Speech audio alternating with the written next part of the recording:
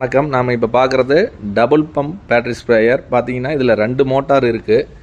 தேவைப்பட்டால் நம்ம 2 மோட்டரையும் போட்டுக்கலாம், அல்லது ஒரு மோட்டர் மட்டும் வேணும்னா நம்ம ஒரு மோட்டர் மட்டும் பயன்படுத்தலாமுங்க. இது ரெகுலேட்டருங்க. இந்த ரெகுலேட்டர் எதுக்குன்னு பார்த்தீங்கன்னா, நம்ம மொத்தம் இந்த ஸ்ப்ரேயரில் 4 வகையான நாசில் கொடுக்குறோம். இந்த மாதிரி ஒரு ஓட்ட நாசில், இது வந்து 2 ஓட்ட நாசில், இது 4 ஓட்ட நாசிலுங்க, இது 8 ஓட்ட நாசில். இந்த மாதிரி ஒரு ஓட்ட நாசில் 2 ஓட்ட நாசில் போட்டு பயன்படுத்தும் பொழுது இந்த ரெகுலேட்டரை பயன்படுத்தி நம்ம குறைவாக அடிக்கிற மாதிரி வச்சுக்கலாங்க. ரொம்ப ஃபோர்ஸ் தேவைப்படாது.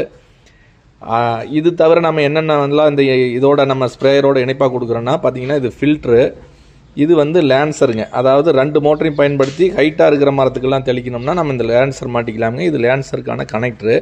இது ஹெவி டைப் பெல்ட்டுங்க. இது கெமிக்கல் ஓஸு.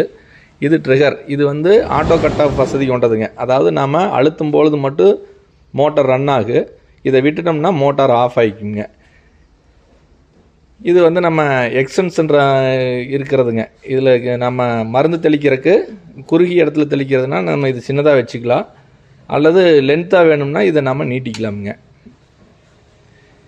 இது தவிர பார்த்திங்கன்னா இதில் என்ன ஸ்பெஷல்னால், நம்ம டிஜிட்டல் மீட்டர் கொண்ட சார்ஜர் கொடுக்குறோமுங்க. இதோட யாருக்கிட்டையும் இந்த வசதி இல்லை, நாம் தான் முதல்ல அறிமுகப்படுத்தி இருக்கிறோம். இப்போ பார்த்தீங்கன்னா நம்ம சார்ஜ் போடும்பொழுது எவ்வளோ சார்ஜ் ஏறி இருக்குது நமக்கு தெரியாது. இந்த டிஜிட்டல் மீட்டரில் இப்போ பார்த்தீங்கன்னா 100% காமிக்குது. இது சார்ஜ் ஃபுல்லாக இருக்குதுங்க. இப்போ நம்ம சார்ஜ் போட்டிருக்கும் போது எவ்வளோ சார்ஜ் ஏறி இருக்குது அப்படிங்கிறத இந்த சார்ஜர் மூலமாக நம்ம பார்த்துக்கலாம். இது தவிர பார்த்தீங்கன்னா நம்ம அடிஷனலாக தேவைப்பட்டால் வாங்கிக்கிறது வந்து நம்ம இந்த மாதிரி ப்ளோயர் இருக்குதுங்க.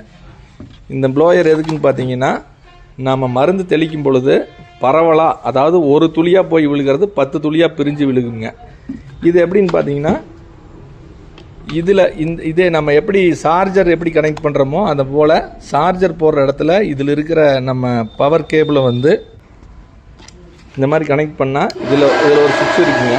இதில் வந்து இதில் முன்னாடி ஏர் இதில் பார்த்தீங்கன்னா 2 வகையான நாசில் போட்டுருக்கோம்.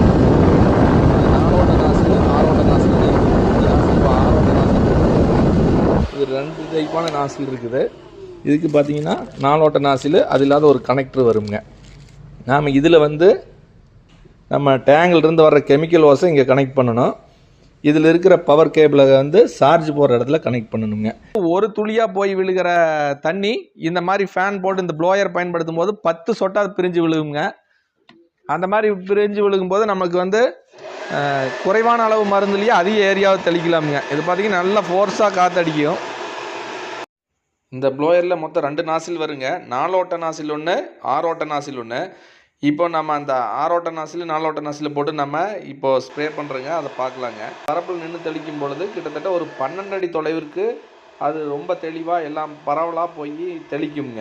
பேட்டரி பொறுத்த வரைக்கும் நம்ம ரெகுலராக பயன்படுத்திக்கிட்டு இருந்தால் தான் வந்து அதிக லைஃப் வருங்க.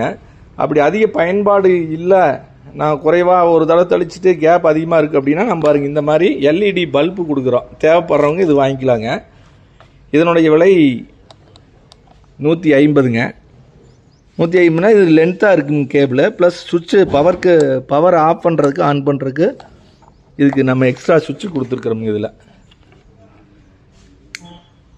பார்த்தீங்கன்னா இந்த மாதிரி எல்இடி லைட்டு, இதுலேயே சுவிட்ச் இருக்குது. கேபிள் வந்து லென்த்தாக வருங்க. நம்ம இதை வந்து மினி யூபிஎஸ் மாதிரி ஒரு இடத்துல இருந்து இன்னொரு இடத்துல நம்ம எடுத்துகிட்டு போய் பயன்படுத்திக்கலாங்க. ஒரு தோட்டத்தில், மோட்டார் ரூமில், அல்லது கால்நடை பராமரிக்கிற இடத்துல, அந்த மாதிரி இடங்களில் கொண்டு போய் வச்சிட்டோம்னா நம்ம கரண்ட் வசதி இல்லாத இடத்துல கூட நம்ம இந்த மாதிரி லைட் எரிய வச்சுக்கலாமுங்க. உங்கள் தேவைக்கு தொடர்பு கொள்ளவும். அக்ரி விவசாயிகள் வணிக மையம், ஈரோடு, சேலம், கொடுமுடி, வந்தவாசி.